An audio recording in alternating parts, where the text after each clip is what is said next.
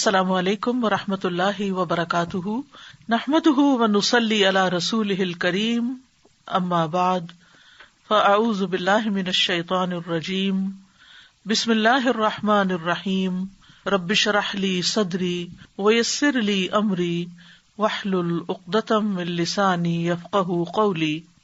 اعوذ باللہ من الشیطان الرجیم، مثل الذین ينفقون اموالهم في سبیل اللہ كمثل حبة أنبتت 7 سنابل في كل سنبلة 100 حبة والله يضاعف لمن يشاء والله واسع عليم۔ مثل الذین ينفقون اموالهم في سبیل اللہ كمثل حبة أنبتت 7 سنابل في كل سنبلة 100 حبة والله يضاعف لمن يشاء والله واسع عليم۔ ان لوگوں کی مثال جو اپنے مال اللہ کے راستے میں خرچ کرتے ہیں ایک دانے کی مثال کی طرح ہے جس نے 7 خوشے اگائے، ہر خوشے میں 100 دانے ہیں، اور اللہ جس کے لیے چاہتا ہے بڑھا دیتا ہے، اور اللہ وسعت والا سب کچھ جاننے والا ہے۔ اس آیت میں فی سبیل اللہ مال خرچ کرنے کی ترغیب دی جا رہی ہے۔ مال انسان کی مرغوبات میں سے ہے۔ اللہ تعالیٰ نے انسان کے اندر مال کی محبت رکھی ہے تاکہ وہ اس محبوب چیز کو اللہ کے راستے میں خرچ کر کے آخرت میں اعلیٰ درجات حاصل کر سکے، اللہ عز و جل کا قرب حاصل کر سکے۔ اگر مال سے محبت نہ ہوتی تو درجات کی بلندی بھی نہ ہوتی، لیکن چونکہ انسان مال کی محبت میں شدید ہے، جیسا کہ فرمایا وَإِنَّهُ لِحُبِّ الْخَيْرِ لَشَدِيدٌ، تو پھر جتنی یہ محبت زیادہ ہوگی اتنا ہی اسے اللہ کے راستے میں خرچ کرنے کا ثواب بھی زیادہ ہوگا، اور انسان اپنی فطرت کے اعتبار سے مال سے بہت زیادہ محبت رکھتا ہے، جیسا کہ سورۃ الفجر میں فرمایا وَتُحِبُّونَ الْمَالَ حُبًّا جَمًّا۔ مال انسان کی زندگی کی ضروریات پوری کرنے کے لیے بھی بہت ضروری ہے۔ جب وہ اس کا کچھ حصہ خرچ کرتا ہے تو گویا دوسرے لفظوں میں وہ اپنی زندگی کی بعض ضروریات کو قربان کر کے، اپنے بعض عیش و عشرت کو ترک کر کے دوسروں کے لیے اس میں سے حصہ نکالتا ہے، تو جس درجے کی قربانی کرتا ہے اسی درجے کے بلند مقامات حاصل کرتا ہے۔ اور یہ ایک طرح سے انسانی خدمت بھی ہے، اور یہ خدمت دراصل عبادت ہی کی ایک شکل ہے۔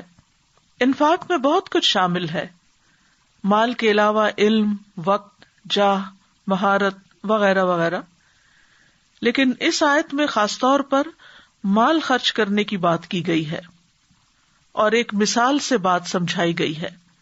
مثال سے عموماً بات سمجھنا آسان ہو جاتا ہے، تو اللہ تعالیٰ فرماتے ہیں مثل الذین ينفقون اموالهم فی سبیل اللہ، مثال ان لوگوں کی جو اپنے مال اللہ کے راستے میں خرچ کرتے ہیں۔ اللہ کے راستے میں خرچ کرنے کا معنی کیا ہے؟ نمبر 1 جہاد میں خرچ کرتے ہیں، نمبر 2 نیکی کے کاموں میں خرچ کرتے ہیں۔ تو ان کی مثال کمثل حبۃ انبتت 7 سنابل، ایک دانے کی طرح ہے جو 7 بالیاں اگائے، یعنی جب ایک بیج بویا جاتا ہے تو اس سے ایک سٹیم نکلتا ہے، اس کے آگے پھر 7 شاخیں ہو جاتی ہیں، اور پھر ہر شاخ پر 100 دانے لگتے ہیں، تو گویا ایک دانہ 700 دانوں میں تبدیل ہو جاتا ہے، یعنی ایک وہ دیتا ہے اور 700 کسان حاصل کرتا ہے۔ اور صرف اتنا ہی نہیں، بلکہ اگر دل کی پوری آمادگی کے ساتھ خرچ کرتا ہے اور اللہ سبحانہ تعالیٰ سے اجر کی توقع رکھتے ہوئے خرچ کرتا ہے تو فرمایا واللہ یضاعف لمن یشاء، یعنی اللہ تعالیٰ اس کو کئی گنا اور بڑھا دیتا ہے۔ ہر نیکی کا اجر 10 سے 700 گنا تو ہے ہی، لیکن جتنا جتنا جس کے اندر خلوص ہوگا، جتنا اس کے اندر مال کی محبت کے باوجود اس کو خرچ کرنے کا جذبہ ہوگا، تو اس جذبے کے اعتبار سے اس کا اجر بھی بڑھا دیا جائے گا۔ لیکن اگر اس اخلاص میں کمی ہے اور بہت مشکل سے اس نے نکالا ہے، اپنے اوپر ایک بوجھ سمجھتے ہوئے اور دل کی کراہت کے ساتھ، یعنی محبت کے ساتھ نہیں، کراہت کے ساتھ، تو ہو سکتا ہے کہ یہ 700 گنا بھی نہ بنے، یعنی اسی اعتبار سے زیادہ ہوگا جتنا اس کے اندر اخلاص ہوگا، جذبہ ہوگا۔ جہاں تک 10 سے 700 گنا تک کا تعلق ہے تو اس کی وضاحت ایک حدیث سے بھی ہوتی ہے جو صحیح مسلم میں آتی ہے۔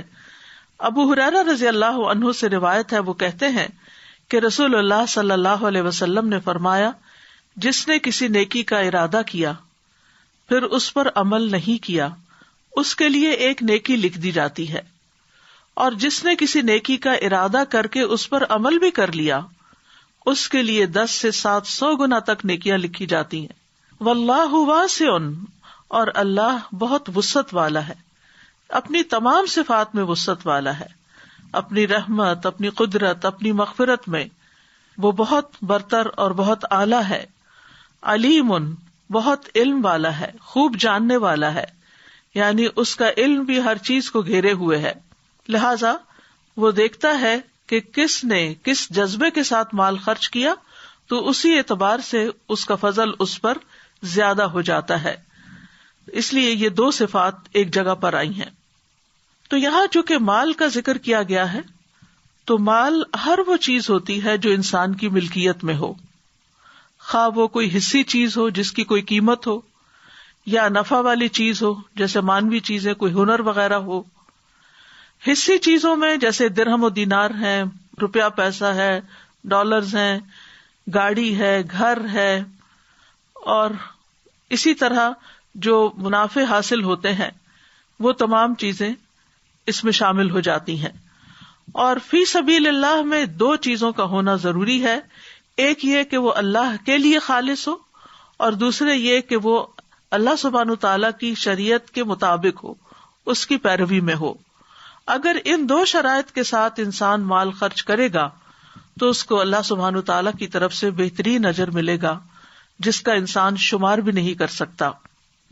اور خاص طور پر جب انسان اللہ کے راستے میں خرچ کرتا ہے خالصتاً اللہ کی رضا کے لیے، کوئی دکھاوا نہیں، کوئی ریاکاری نہیں، کوئی شہرت کا شوق نہیں، کوئی لوگوں کے اندر مشہور ہونے کا جذبہ نہیں، اور پھر یہ کہ طریقہ بھی درست ہو، تو پھر اللہ سبحانہ تعالیٰ ایسے خرچ کرنے کو اپنے ذمہ قرض کے طور پر لیتا ہے۔ اسی لیے سورۃ البقرہ میں ہی اللہ تعالیٰ فرماتے ہیں، من ذا الذی یقرض اللہ قرضا حسنا فیضاعفہ لہ اضعافا کثیرہ واللہ یقبض ویبسط والیہ ترجعون۔ کون ہے وہ جو اللہ کو قرض دے، اچھا قرض یعنی خوبصورتی کے ساتھ دے اور اچھی چیز دے، پس وہ اسے اس کے لیے بہت زیادہ گنا بڑھا دے، اور اللہ بند کرتا ہے اور کھولتا ہے اور تم اسی کی طرف لوٹائے جاؤ گے۔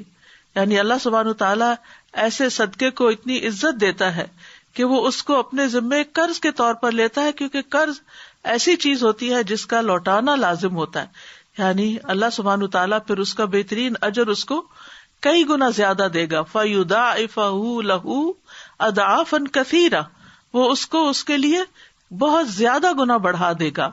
جہاں تک مال خرچ کرنے کا تعلق ہے تو قرآن مجید کی متعدد آیات سے پتہ چلتا ہے کہ اللہ سبحانہ تعالیٰ بندوں کو اس پر ابھارتے ہیں اور خرچ کرنے کا شوق دلاتے ہیں۔ سورۃ ابراہیم میں اللہ تعالیٰ فرماتے ہیں، قُل لِعِبَادِيَ الَّذِينَ آمَنُوا يُقِيمُوا الصَّلَاةَ وَيُنْفِقُوا مِمَّا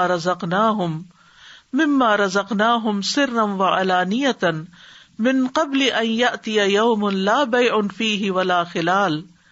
میرے بندوں سے جو ایمان لائے ہیں کہہ دیجئے کہ وہ نماز قائم کریں اور اس میں سے جو ہم نے انہیں دیا ہے پوشیدہ اور ظاہر خرچ کریں، اس سے پہلے کہ وہ دن آ جائے جس میں نہ کوئی خرید و فروخت ہوگی اور نہ کوئی دوستی کام آئے گی۔ پھر اسی طرح اللہ ہی کے دیے ہوئے مال میں سے خرچ کرنا دراصل اللہ سبحانہ تعالیٰ کے ساتھ تجارت کرنا ہے، جس کا کئی گنا منافع زیادہ ملے گا. اسی لیے اللہ تعالیٰ سورۃ التوبہ میں فرماتے ہیں ان اللہ اشترى من المؤمنین انفسهم واموالهم بان لهم الجنہ، بے شک اللہ نے مومنوں سے ان کی جانیں اور ان کے مال خرید لیے ہیں، یعنی مالوں کا سودا کر لیا، مال لے لیے ہیں. یعنی وہ مال جو ہم صدقے میں دیتے ہیں، فی سبیل اللہ دیتے ہیں، دین کی کاز کے لیے دیتے ہیں، اللہ سبحانہ تعالیٰ ان کو تجارت سے تشبیہ دیتے ہیں، اس کے بدلے کہ یقیناً ان کے لیے جنت ہے. یعنی وہ مال جو اللہ کی راہ میں خرچ کیے جاتے ہیں اس کے بدلے میں انسان کے لیے جنت کا وعدہ ہے. پھر یہ کہ خرچ کرنے سے اللہ کا قرب اور اس کی رحمت ملتی ہے. سورۃ التوبہ میں ہی فرمایا وَمِنَ الْأَعْرَابِ مَن يُؤْمِنُ بِاللَّهِ وَالْيَوْمِ الْآخِرِ وَيَتَّخِذُ مَا يُنْفِقُ قُرُبَاتٍ عِندَ اللَّهِ وَصَلَوَاتِ الرَّسُولِ أَلَا إِنَّهَا قُرْبَةٌ لَهُمْ سَيُدْخِلُهُمُ اللَّهُ فِي رَحْمَتِهِ إِنَّ اللَّهَ غَفُورٌ رَحِيمٌ. اور بدویوں میں سے کچھ وہ ہیں جو اللہ اور یوم آخرت پر ایمان رکھتے ہیں اور جو کچھ خرچ کرتے ہیں اسے اللہ کے ہاں قربتوں اور رسول کی دعاؤں کا ذریعہ سمجھتے ہیں. سن لو بے شک وہ ان کے لیے قرب کا ذریعہ ہیں. یعنی اللہ تعالیٰ یقین دہانی کراتے ہیں کہ ایسا مال جو انسان اللہ کا قرب پانے کے لیے خرچ کرتا ہے تو جواب میں بدلے میں یقیناً اسے اللہ کا قرب حاصل ہوتا ہے. ان قریب اللہ انہیں اپنی رحمت میں داخل کرے گا، یعنی آخرت میں جنت کا وعدہ بھی ہے.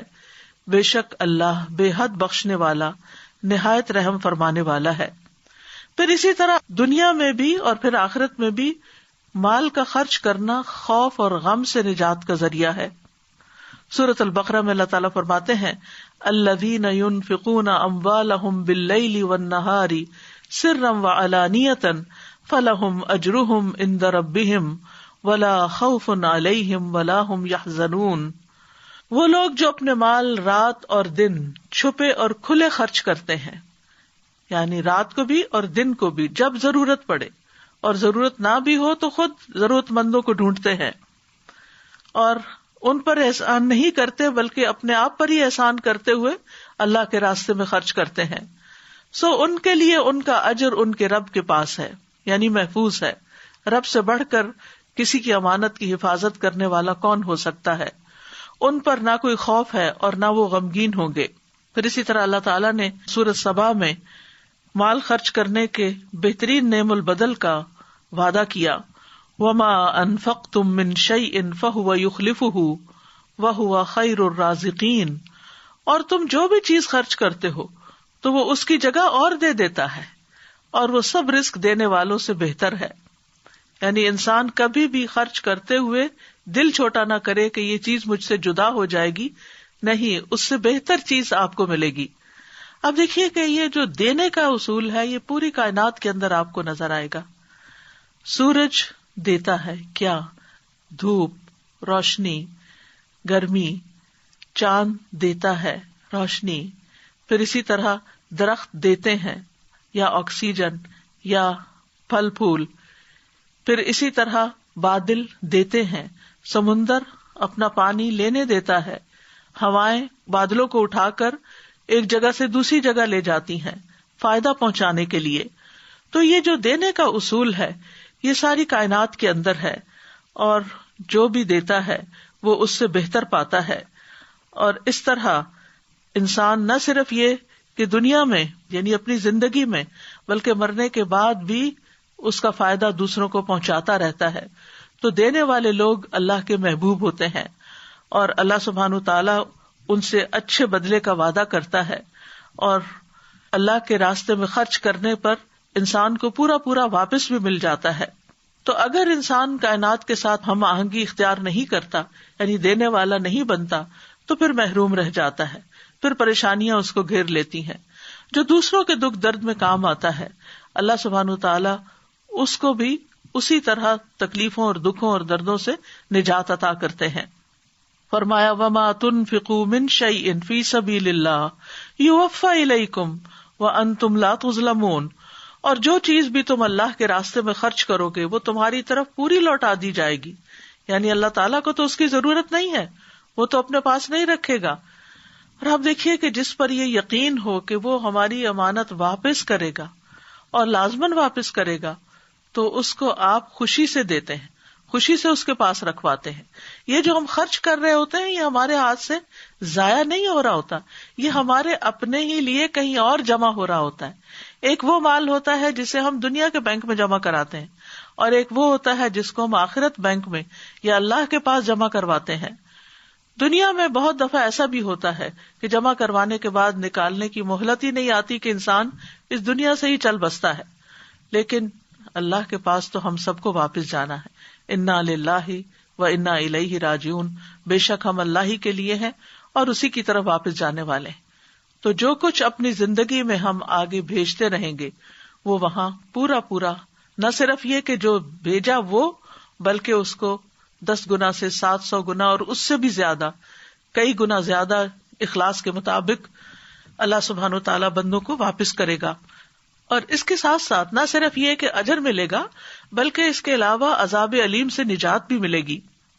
اللہ تعالیٰ فرماتے ہیں یا ایھا الذین آمنوا هل ادلکم علی تجارۃ تنجیکم من عذاب علیم تؤمنون باللہ ورسولہ وتجاہدون فی سبیل اللہ باموالکم وانفسکم ذالکم خیر لکم ان کنتم تعلمون. اے لوگو جو ایمان لائے ہو، کیا میں تمہاری ایسی تجارت کی طرف رہنمائی نہ کروں جو تمہیں دردناک عذاب سے بچا لے؟ تم اللہ اور اس کے رسول پر ایمان لاؤ اور اپنے مالوں اور جانوں کے ساتھ اللہ کی راہ میں جہاد کرو، یہ تمہارے لیے بہتر ہے اگر تم جانتے ہو. تو یہاں بھی مال خرچ کرنے کی بات ہے، جس کا صلہ نتیجہ کیا بتایا گیا کہ تمہیں عذاب علیم سے نجات ملے گی. مال کا خرچ کرنا گناہوں کی معافی کا ذریعہ بھی ہے. فرمایا ان تقرضوا اللہ قرضا حسنا یضاعفہ لکم ویغفر لکم واللہ شکور حلیم. اگر تم اللہ کو قرض دو گے، اچھا قرض، تو وہ اسے تمہارے لیے کئی گنا زیادہ کر دے گا اور تمہیں بخش دے گا، اور اللہ بڑا قدردان بے حد بردبار ہے.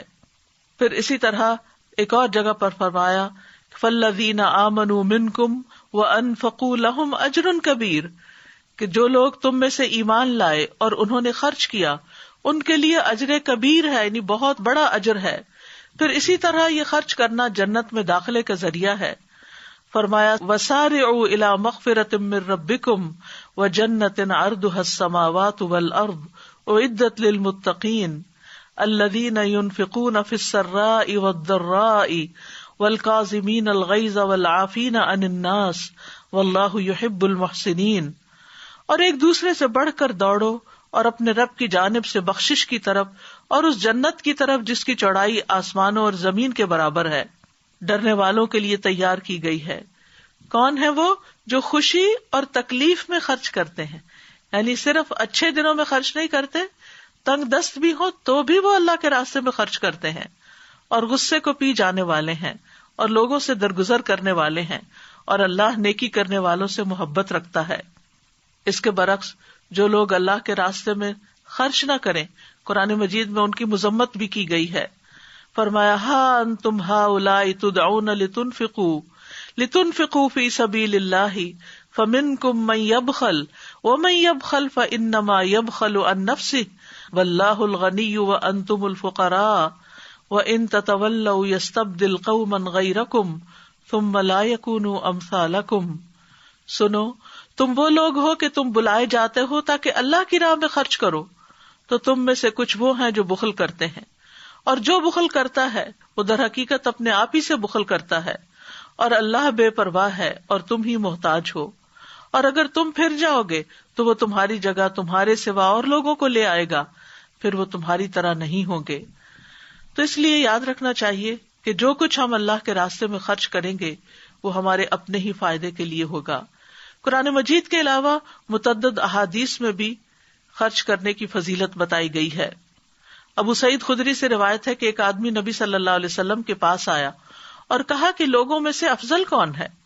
تو آپ نے فرمایا لوگوں میں سب سے افضل یا بہتر آدمی وہ ہے جو اللہ کے راستے میں اپنا مال اور اپنی جان کے ساتھ جہاد کرتا ہو، یعنی اللہ کی کاز میں اپنی جان بھی دے اور اپنا مال بھی دے، یعنی کسی بھی چیز کو بچا کر نہ رکھے، کیونکہ ان چیزوں کا اس سے بہتر سودا کیا ہو سکتا ہے کہ انسان اپنا وقت، اپنی صلاحیتیں، اپنی جان، اپنا مال، اپنا سب کچھ اس کو دے جس نے ہمیں دیا ہے.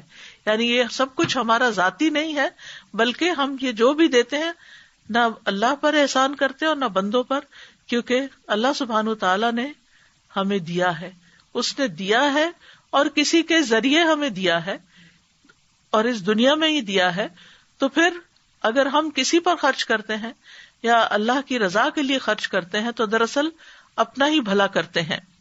پھر اسی طرح اللہ تعالیٰ خرچ کرنے والوں پر کس طرح خرچ کرتے ہیں اس کی وضاحت ایک حدیث سے یوں ہوتی ہے کہ رسول اللہ صلی اللہ علیہ وسلم نے فرمایا، بے شک اللہ نے مجھ سے فرمایا خرچ کرو تم پر خرچ کیا جائے گا. اور رسول اللہ صلی اللہ علیہ وسلم نے فرمایا، اللہ کا دایاں ہاتھ بھرا ہوا ہے اور رات دن کی فیاضی سے اس میں کمی واقع نہیں ہوتی، یعنی وہ دیتا رہتا ہے دیتا رہتا ہے. کیا تم دیکھتے نہیں کہ اس نے آسمان و زمین کے پیدا کرنے سے کتنی فیاضی کی ہے، لیکن اس کے دائیں ہاتھ میں کوئی کمی واقع نہیں ہوئی. پھر جو لوگ خرچ کرتے ہیں ان کے لیے فرشتے دعائیں بھی کرتے ہیں.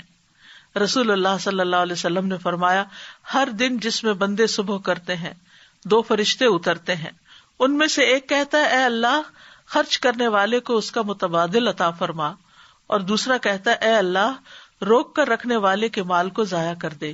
یعنی جب انسان روک لیتا ہے تو مال بڑھتا نہیں ہے.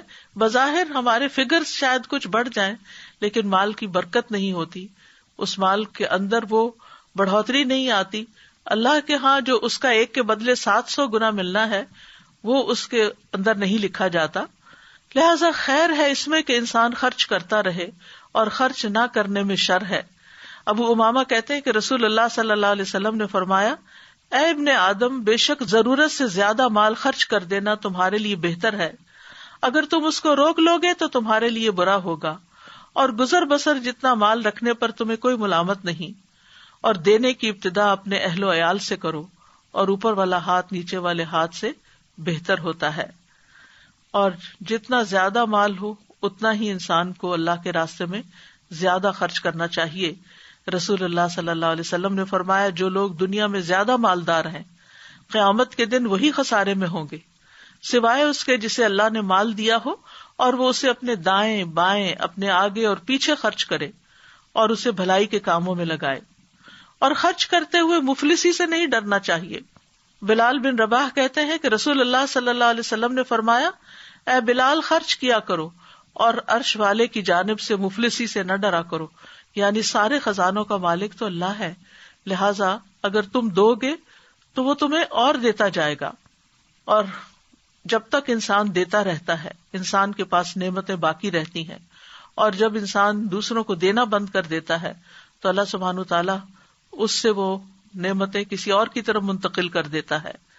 عبداللہ بن عمر فرماتے ہیں کہ رسول اللہ صلی اللہ علیہ وسلم نے فرمایا، اللہ تعالیٰ کے پاس لوگوں کے لیے نعمتیں ہیں، وہ انہیں ان کے پاس اس وقت تک باقی اور ثابت رکھتا ہے جب تک کہ وہ مسلمانوں کی حاجات پوری کرنے میں لگے رہتے ہیں اور ان سے تنگ نہیں ہوتے، اور جب وہ ان سے تنگ ہو جاتے ہیں تو وہ انہیں دوسرے لوگوں کی طرف منتقل کر دیتا ہے.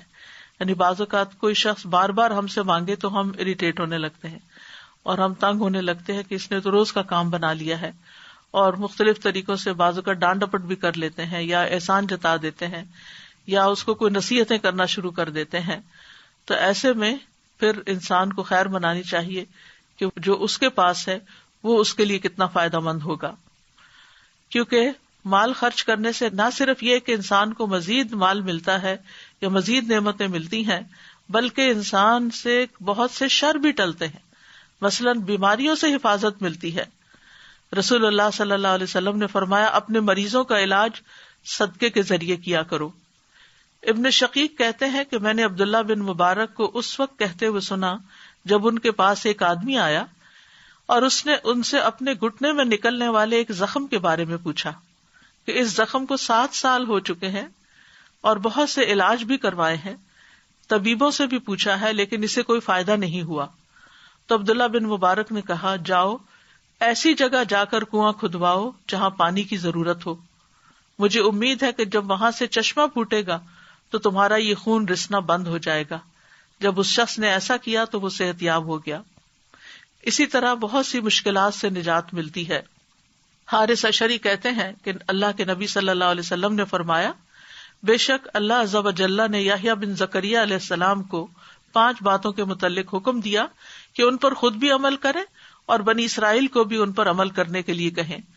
ان میں سے ایک یہ ہے کہ میں تمہیں صدقہ کرنے کا حکم دیتا ہوں، کیونکہ اس کی مثال جسے دشمن نے قید کر کے اس کے ہاتھ گردن سے باندھ دیے ہوں اور پھر اسے قتل کرنے کے لیے لے چلیں اور وہ ان سے کہیں کہ کیا تم میری جان کا فدیہ وصول کرنے کے لیے تیار ہو، پھر وہ تھوڑے اور زیادہ کے ذریعے جس طرح بھی بن پڑے اپنی جان کا فدیہ پیش کرنے لگے یہاں تک کہ اپنے آپ کو چھڑا لے۔ یعنی انسان بڑی سے بڑی مشکل میں گھر جائے، اس کی جان کو بھی خطرہ لاحق ہو جائے، تو صدقے سے ان بیماریوں اور ان مصیبتوں کا بھی علاج کیا جا سکتا ہے۔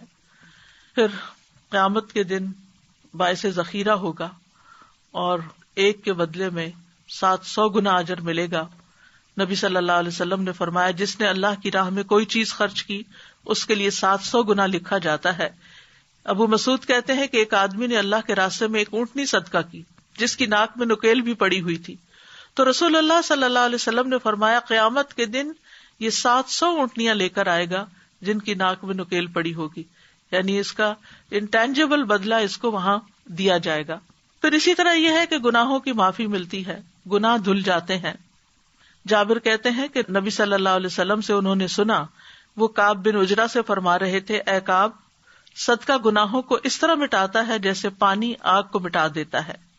سفیان ثوری جب اپنے دروازے پر کسی سائل کو دیکھتے تو ان کا سینہ کھل جاتا، وہ خوش ہو جاتے اور وہ کہتے، اس آدمی کو مرحبا، ویلکم، جو میرے گناہ دھونے کے لیے آیا ہے، یعنی مجھ سے لینے کے لیے آیا ہے، خوش ہو کر اس کو دیتے۔ اب سوال یہ پیدا ہوتا ہے کہ خرچ کہاں کیا جائے؟ سب سے پہلے تو یہ کہ انسان ضرورت مند انسانوں پر خرچ کرے، اور خرچ کرنے کی ترتیب کچھ یوں ہے۔ آپ نے فرمایا کہ جب تم میں سے کوئی فقیر ہو جائے تو اسے چاہیے کہ اپنے نفس سے شروع کرے، پہلے اپنے اوپر خرچ کرے، پھر کچھ بچ جائے تو اپنے اہل و عیال پر خرچ کرے، اس میں سے بھی بچ جائے تو اپنے عزیز و اقارب پر خرچ کرے، اس میں سے بھی بچ جائے تو پھر ادھر ادھر خرچ کرے۔ قرآن مجید سے بھی یہ بات ہمیں کچھ یوں پتہ چلتی ہے، یسألونک ماذا ينفقون قل ما انفقتم من خیر فللوالدین والاقربین والیتامى والمساکین وابن السبیل وما تفعلوا من خیر فإن اللہ بہ علیم۔ وہ آپ سے پوچھتے ہیں کیا چیز خرچ کریں، کہہ دو تم خیر میں سے جو بھی خرچ کرو سو وہ ماں باپ اور زیادہ قرابت والوں اور یتیموں اور مسکینوں اور مسافر کے لیے ہے، اور تم نیکی میں سے جو کچھ بھی خرچ کرو گے تو بے شک اللہ اسے خوب جاننے والا ہے۔ ابو قلابہ نے عیال سے شروع کیا، پھر ابو قلابہ نے کہا، اس سے بڑھ کر کس آدمی کا اجر ہوگا جو اپنے چھوٹے بچوں پر ان کی عزت و آبرو بچانے کے لیے خرچ کرتا ہے، یا اللہ ان کو اس کے سبب سے نفع دیتا ہے اور ان کو بے پرواہ کر دیتا ہے۔ پھر اسی طرح یہ ہے کہ ایک اور جگہ پر بھی آتا ہے کہ نبی صلی اللہ علیہ وسلم نے فرمایا، اے لوگو، اللہ سے اس کے دیے ہوئے مال کے بدلے اپنے نفسوں کو خرید لو۔ اگر تم میں سے کوئی بخل کر کے اپنا مال لوگوں کو نہ دے تو وہ اپنے آپ سے شروع کرے، اپنی ضروریات پر خرچ کرے، خود پر صدقہ کرے، اللہ کے دیے ہوئے میں سے کھائے اور پہنے۔ پھر اسی طرح اپنے اہل و عیال پر خرچ کرنا بھی فی سبیل اللہ شمار ہوتا ہے۔ کعب بن عجرہ کہتے ہیں کہ نبی صلی اللہ علیہ وسلم کے پاس سے ایک شخص گزرا تو رسول اللہ صلی اللہ علیہ وسلم کے صحابہ نے اسے بہت قوی اور چست پایا۔ انہوں نے عرض کیا، اللہ کے رسول، اگر یہ شخص اللہ کے راستے میں ہوتا، یعنی جہاد کرتا تو بہتر تھا۔ تو آپ نے فرمایا، اگر یہ شخص اپنے چھوٹے بچوں کے لیے بھاگ دوڑ کرنے نکلا ہے تو یہ اللہ کے راستے میں ہے، اگر یہ اپنے بوڑھے بزرگ والدین کے لیے بھاگ دوڑ کرنے نکلا ہے تو یہ اللہ کے راستے میں ہے، اور اگر یہ اپنے نفس کے لیے بھاگ دوڑ کرنے نکلا ہے کہ اسے سوال سے بچائے تو یہ اللہ کے راستے میں ہے، اور اگر یہ دکھاوے اور باہم فخر کی خاطر بھاگ دوڑ کرنے نکلا ہے کہ زیادہ مال کماؤں اور پھر اس کے ذریعے لوگوں پر فخر جتاؤں تو یہ شیطان کے راستے میں ہے۔ یعنی جب تک مال کمانے کی نیت درست ہے، جب تک اس کا یہ عمل عبادت ہے۔ اسی طرح اہل و عیال پر خرچ کرنا افضل خرچ کرنا ہے۔ رسول اللہ صلی اللہ علیہ وسلم نے فرمایا، افضل دینار جو آدمی خرچ کرتا ہے وہ ہے جو اپنے اہل و عیال پر خرچ کرتا ہے، اور وہ دینار جس کو اللہ کے راستے میں اپنے جانور پر خرچ کرتا ہے، اور وہ جو اپنے ساتھیوں پر اللہ کے راستے میں خرچ کرتا ہے۔ پھر اسی طرح ہم دیکھتے ہیں کہ بہنوں اور بیٹیوں پر خرچ کرنا بھی ثواب کا باعث ہے۔ نبی صلی اللہ علیہ وسلم نے فرمایا، جو شخص اپنی 2 بیٹیوں یا 2 بہنوں یا قریبی رشتہ دار عورتوں پر ثواب کی نیت سے اس وقت تک خرچ کرتا رہے یہاں تک کہ اللہ عز و جل ان دونوں کو اپنے فضل سے مالدار کر دے، یا وہ ان کی کفایت کرتا رہے، تو وہ دونوں اس کے لیے جہنم کی آگ سے رکاوٹ بن جائیں گی۔ یعنی اگر رشتہ داروں کو آپ دیتے ہیں، بہن بھائیوں پہ خرچ کرتے ہیں، عام طور پر لوگ باہر دینے کو پسند کرتے ہیں، لیکن بہن بھائی اگر ضرورت مند ہو تو ان پر خرچ نہیں کرنا چاہتے کہ کہیں یہ ہمارے برابر کے نہ ہو جائیں یا پھر ہم سے آگے نہ بڑھ جائیں۔ ایک خاموش مقابلہ رہتا ہے ایسے رشتوں میں۔ تو اس کے لیے یہ ہے کہ اگر بہن بھائی ضرورت مند ہے تو پہلے ان کا حق ہے کہ ان پر خرچ کیا جائے۔ پھر اسی طرح رشتہ داروں پہ خرچ کرنے کے بارے میں آپ نے فرمایا کہ جو شخص صلہ رحمی کے لیے جتنا عطیہ دیتا ہے اللہ اس کے مال میں اتنا ہی اضافہ کرتا ہے۔ یعنی جو شخص چاہے کہ اس کے رزق میں برکت ہو اور اس کی عمر میں برکت ہو تو اسے چاہیے کہ وہ اپنے رشتہ داروں کے ساتھ صلہ رحمی کرے، جیسے کہ ایک اور حدیث میں آتا ہے۔ آپ نے یہ بھی فرمایا کہ بے شک سب سے افضل صدقہ وہ ہے جو اپنے اس رشتہ دار پر کیا جائے جو پوشیدہ دشمنی رکھنے کی بنا پر تم سے اعراض کرے، یعنی جو تم سے بات بھی نہ کرنا چاہے، تمہارا کوئی حق بھی نہ دے، تو اس پہ خرچ کرنا زیادہ افضل ہے۔ اسی طرح مسکین، یتیم اور مسافر کو پھر کھانا کھلانا، پانی پلانا، یہ بھی بہترین صدقات میں شامل ہے۔ پھر پودے لگانا، اپنے مال سے پودے خرید کر لگانا جو ہے صدقہ جاریہ کے کاموں میں سے ہے۔ پھر کسی کی ضرورت پوری کرنا، کسی کا قرض ادا کر دینا، حج اور عمرہ میں خرچ کرنا، خود اپنے لیے یا دوسروں کے لیے، یعنی اگر کوئی حج پہ جا رہا ہو یا عمرے پہ جا رہا ہو اور خاص طور پر اگر کوئی ضرورت مند ہو تو اس پہ خرچ کرنا۔ پھر مسجد بنوانا، جس نے اللہ کے لیے کبوتر کے گھونسلے کے برابر یا اس سے بھی چھوٹی مسجد بنائی، اللہ اس کے لیے جنت میں گھر بنائیں گے۔ اب سوال یہ پیدا ہوتا ہے کہ اتنی چھوٹی مسجد تو ہوتی نہیں، لیکن مسجد میں اگر اتنی سی جگہ، چھوٹے گھونسلے جتنی جگہ بھی اس نے اپنے مال سے کچھ اس میں حصہ ڈالا، اس کو بنانے میں ایک بلب بھی لگوا دیا، لائٹ کا انتظام کر دیا، پانی کا ایک گلاس ہی وہاں رکھ دیا تاکہ نمازی اس سے فائدہ اٹھائیں۔ پھر اسی طرح مسجد میں مصحف رکھنا، یہ بھی صدقہ جاریہ کے کاموں میں سے ہے۔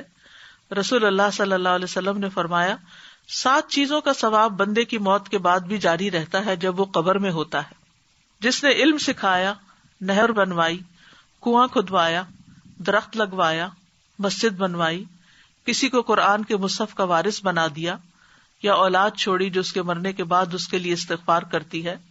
تو یہ صدقہ ان میں سے ہے مرنے کے بعد بھی جس کا فائدہ جاری رہتا ہے۔ اسی طرح طالب علموں پہ خرچ کرنا۔ فتاوی حامدیہ میں ابن عابدین ذکر کرتے ہیں کہ جب طالب علم علم کے حصول کے لیے نکلے تو مسلمانوں پر لازم ہے کہ وہ اسے خرچہ دیں تاکہ علم زیادہ سے زیادہ پھیلے، یہاں تک کہ اگر وہ دینے سے انکار کریں تو ان کو اس طرح مجبور کیا جائے گا جیسے زکوٰۃ کا قرض ادا کرنے والوں کو وہ قرض ادا کرنے پہ مجبور کیا جاتا ہے جب وہ زکوٰۃ ادا کرنے سے انکار کریں۔ یعنی جس طرح زکوٰۃ دینا لازم ہے ایسے ہی طالب علموں پہ خرچ کرنا بھی لازم ہے۔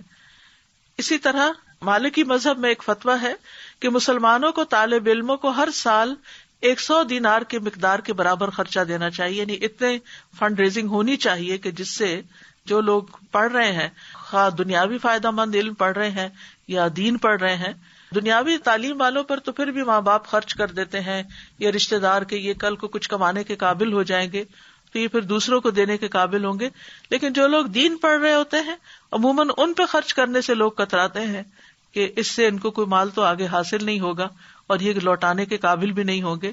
لیکن حقیقت یہ ہے کہ اگر اس کام کو پروموٹ نہ کیا جائے اور لوگوں کو فیسیلیٹیٹ نہ کیا جائے تو پھر آہستہ آہستہ ایسے لوگ معاشرے سے ختم ہوتے جاتے ہیں جو دوسروں کی دینی رہنمائی کر سکیں۔ پھر اسی طرح ابن عابدین رد المختار میں کہتے ہیں کہ بیت المال کے مصارف میں سے ایک مصرف علماء کا اور طالب علم کا خرچ دینا ہے، وہ علماء اور طالب علم جو شرعی علم کے لیے وقف ہو چکے ہیں۔ اور طالب علم پر خرچ کرنے کا فائدہ کیا ہے؟ انس بن مالک کہتے ہیں نبی صلی اللہ علیہ وسلم کے زمانے میں 2 بھائی تھے، جن میں سے ایک تو نبی صلی اللہ علیہ وسلم کی خدمت میں آیا کرتا تھا اور دوسرا بھائی کماتا تھا۔ چنانچہ کمانے والے بھائی نے اپنے دوسرے بھائی کے بارے میں جو نبی صلی اللہ علیہ وسلم سے علم حاصل کرتا تھا یہ شکایت کی کہ یہ کچھ کام نہیں کرتا. تو آپ نے فرمایا شاید کہ تم اس کی وجہ سے ہی رزق دیے جاتے ہو، یعنی تمہاری کوشش میں، تمہاری کمائی میں اس کے اوپر خرچ کرنے کی وجہ سے ہی برکت ہو. یعنی بعض اوقات انسان دوسروں پہ خرچ کرتا رہتا ہے اور شیطان وسوسہ ڈالتا ہے کہ تمہارا مال ختم ہو رہا ہے، کم ہو رہا ہے، لیکن ہو سکتا ہے کہ اللہ نے تمہیں دینے کا جو وسیلہ بنایا ہوا ہے وہ انہی مسکینوں اور ضرورت مندوں کی وجہ سے بنا رکھا ہو. سلف صالحین جو تھے وہ علم والوں پر خوشی سے خرچ کیا کرتے تھے.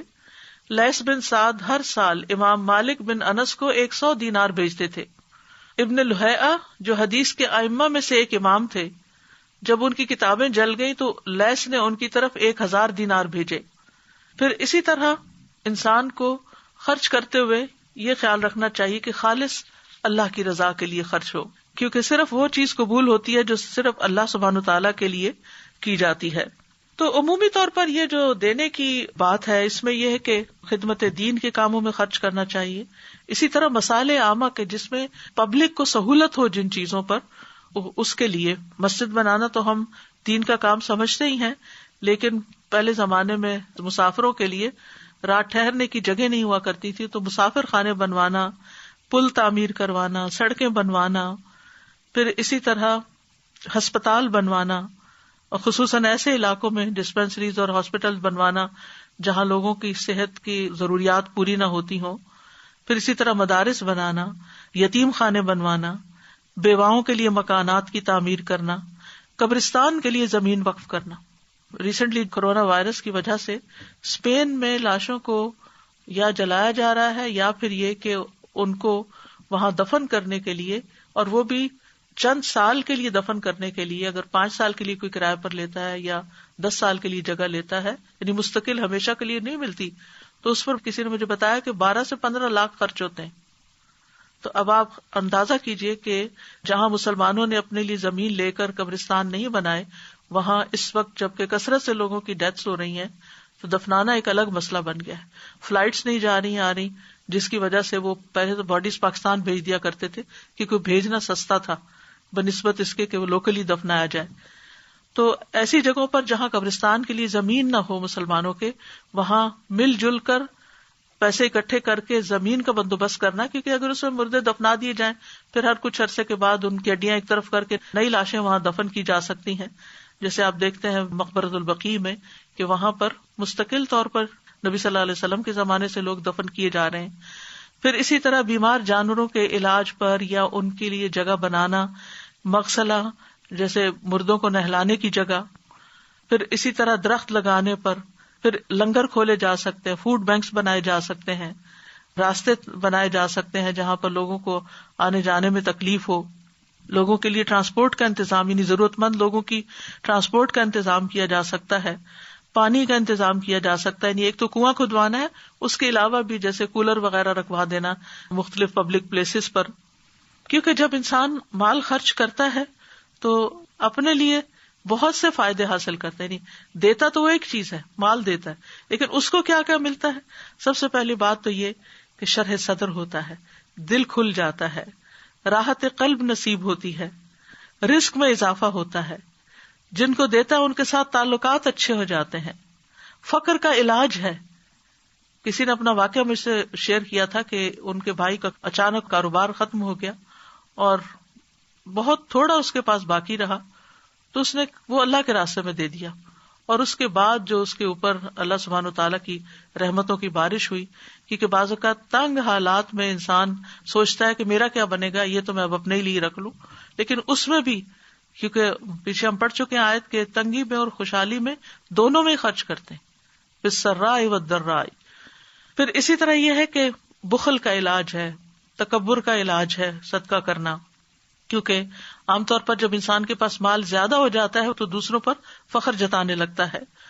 بری موت سے بچانے کا ذریعہ ہے، تعلقات میں باہمی محبت کی نشو نما ہوتی ہے، روٹھے ہوئے رشتوں کو منانے کا ذریعہ ہے، بلا اور مصیبتوں کا علاج بھی ہے اور ان کو آنے سے بھی روکتا ہے، بیماریوں کا علاج ہے، تزکیہ نفس ہوتا ہے، اللہ تعالیٰ کا قرب حاصل ہوتا ہے، اللہ تعالیٰ کی محبت نصیب ہوتی ہے، اللہ تعالیٰ کی طرف سے رحمت آتی ہے، ان رحمت اللہ قریب من المحسنین، اللہ کی رحمت محسنین کے قریب ہے. پھر اسی طرح قبر میں صدقہ بندے کی حفاظت کرتا ہے، عذاب کو آنے سے روکتا ہے. حشر کے میدان میں قیامت کے دن انسان کو قیامت کے ہول سے نجات ملے گی. لہذا انسان کو ہر دم سوچنا چاہیے کہ میں کسی کے فائدے کے لیے نہیں، دراصل اپنے ہی فائدے کے لیے دے رہا ہوں، اور اتنے سارے فائدے حاصل ہوں گے. تزکیہ نفس ہوگا، انسان کے اندر کے وسوسے اور دل کی گھٹن اور تنگی کا علاج ہوگا. اور پھر یہ بھی یاد رکھیے کہ جب انسان اللہ کی رضا کے لیے خرچ کرتا ہے اور اللہ سے اجر کی امید رکھتے ہوئے خرچ کرتا ہے، ریاکاری اور دکھاوے سے بچتا ہے، چھپ چھپ کے خرچ کرتا ہے، حلال کمائی میں سے خرچ کرتا ہے، طیب مال اللہ کے راستے میں خرچ کرتا ہے، اسراف سے بچتے ہوئے خرچ کرتا ہے، خرچ کرنے کے بعد احسان نہیں جتاتا اور اپنی پسندیدہ چیزوں میں سے خرچ کرتا ہے، تو پھر ایسی صورت میں اللہ سبحانہ تعالیٰ اس کے اجر کو کئی گنا بڑھا دیتے ہیں. اور حقیقت یہ ہے کہ انسان کو اپنی زندگی میں ہی اپنے ہاتھ سے دینا چاہیے، کیونکہ جب موت آئے گی تو وہ کیا کہے گا کہ کاش مجھے تھوڑی مہلت اور مل جاتی تو میں صدقہ کرتا اور میں بھی نیک لوگوں میں شامل ہو جاتا. یعنی موت کے وقت انسان کو سب سے زیادہ جو چیز فائدہ مند نظر آئے گی وہ صدقہ کرنا ہے، اور ہمیں گن گن کر رکھنے کی بجائے اللہ کے راستے میں دینا چاہیے. اور یہ بھی یاد رکھیے کہ بعض زمان اور مکان کے اعتبار سے بھی صدقے کا اجر و ثواب بڑھ جاتا ہے. مثلاً مکہ اور مدینہ میں خرچ کرنا، حرم کے اندر خرچ کرنا، فقراء مساکین وغیرہ کو دینا، سفر کے دوران اپنے ساتھیوں پر خرچ کرنا، دیگر مسافروں پر خرچ کرنا. پھر اسی طرح بیماری کے وقت خرچ کرنا، کہ جب انسان کو اس بات کی ضرورت ہو کہ اپنے علاج کے لیے بھی پیسہ چاہیے، اپنے علاج کے لیے بھی ضروریات بڑھ جاتی ہیں. عام روزمرہ زندگی میں تو انسان کو کھانے پینے کی ضروریات ہوتی ہیں، لیکن بیماری میں مزید خرچ بڑھ جاتے ہیں، تو اس وقت خرچ کرنا. پھر اسی طرح فی سبیل اللہ، اللہ کے راستے میں خرچ کرنا، رمضان کے مہینے میں خرچ کرنا. پھر رمضان کے مہینے میں خاص طور پر روزہ وغیرہ کھلوانا اور ضرورت مندوں کی ضرورت پوری کرنا. بعض لوگ تو اپنی زکوٰۃ بھی رمضان کے مہینے میں نکالتے ہیں، تو ضروری نہیں ہے، وہ تو جب سال پورا ہو جائے تو فوراً نکال دیں، رمضان کا انتظار نہ کریں. لیکن اگر آپ کی تاریخیں وہی بنتی ہیں تو بہتر یہی ہے کہ پھر فوراً رمضان میں ہی زکوٰۃ نکال دی جائے، کیونکہ رمضان میں خرچ کرنا غیر رمضان سے افضل ہے. پھر عشرہ ذی الحجہ میں خرچ کرنا، کیونکہ سال بھر میں کوئی بھی نیک کام اتنا اجر نہیں پاتا جتنا عشرہ ذی الحج میں انسان جب کوئی نیکی کرتا ہے. پھر اسی طرح اگر کوئی حج پہ جا رہا ہو تو وہ فی سبیل اللہ ہوتا ہے، اس پر خرچ کرنا. اسی طرح عید کے دنوں میں خرچ کرنا، بھوک کے دن کھانا کھلانا، اگر کوئی بیمار ہے تو اس کے علاج کے لیے خرچ دینا. اور اس کے لیے انسان کو ضرورت مندوں کو تلاش کرنا چاہیے. گویا دوسرے لفظوں میں انسان کا ایک مزاج ہی بن جائے کہ وہ اس کو دیتے ہی رہنا ہے، دینے والا بننا ہے. اور پھر جو شخص دیتا رہتا ہے اس کا صدقہ صرف اس کی زندگی میں ہی فائدہ نہیں دیتا، بلکہ اس کی موت کے بعد بھی جب تک وہ باقی رہتا ہے اس کا اثر. مثلاً وہ درخت لگاتا ہے تو اس کی موت کے بعد بھی جب تک اس درخت سے لوگ فائدہ اٹھائیں گے، اس کے سائے کے نیچے بیٹھیں گے، اس کے پھل کھائیں گے، آکسیجن لیں گے اس سے، تو اس کے لیے وہ صدقہ جاریہ ہوگا. تو بنیادی طور پر اس ساری بات کا جو مقصد ہے وہ یہ ہے کہ انسان کو نفع دینے والا بننا چاہیے، فائدہ دینے والا بننا چاہیے. اور یہ نفع رسانی کا جذبہ جو ہے یہ اعلیٰ ترین جذبہ ہے. اور جس آدمی کے اندر یہ جذبہ ہو وہ صرف اتنا نہیں کہ وہ اپنی زندگی میں ہی کچھ کرتا ہے، بلکہ ایسے کام بھی کرتا ہے کہ جو اس کی موت کے بعد بھی انسانوں کو فائدہ دیتے رہتے ہیں. وہ لانگ ٹرم سوچتا ہے اور وہ صرف اپنے لیے نہیں سوچتا، یہ صرف اپنے گھر والوں کے لیے نہیں، اس کا دائرہ وسیع ہوتا ہے. اور پھر یہ اسپرٹ پوری مسلم سوسائٹی کے اندر ہونی چاہیے. اور خاص طور پر اب رمضان کا مہینہ آ رہا ہے، اس میں جتنی مدیں میں نے بتائی ہیں ان میں سے ہر ایک میں تھوڑا تھوڑا خرچ کر سکے تو بہت ہی اچھا ہے موقع کی مناسبت سے. ورنہ یہ ہے کہ الذین ينفقون اموالهم فی سبیل اللہ، وہ لوگ جو اپنے مال اللہ کے راستے میں خرچ کرتے ہیں، یعنی دین کے کاموں میں، دین کے کاز میں. تو اس کے لیے جیسا کہ آپ جانتے ہیں کہ ان دنوں میں مساجد بھی بند ہیں، تو مساجد کی ڈونیشنز کم ہونے کی وجہ سے وہاں کے جو امام ہیں، وہاں کا جو عملہ ہے، وہاں کی جو مینٹیننس ہے، اس کے لیے اخراجات پورے کرنا مشکل ہو رہا ہے. پھر اسی طرح دینی مدارس ہیں، تو خصوصی طور پر ان دنوں میں ان کو بھی یاد رکھنے کی ضرورت ہے. اللہ سبحانہ وتعالیٰ خرچ کرنے والوں کو بے پناہ عطا کرے، اور جن کے دل تنگ ہیں اللہ ان کے دلوں کو کھول دے. وآخر دعوانا ان الحمد للہ رب العالمین. سبحانک اللہم وبحمدک، اشہد ان لا الہ الا انت، استغفرک واتوب الیک. السلام علیکم ورحمۃ اللہ وبرکاتہ.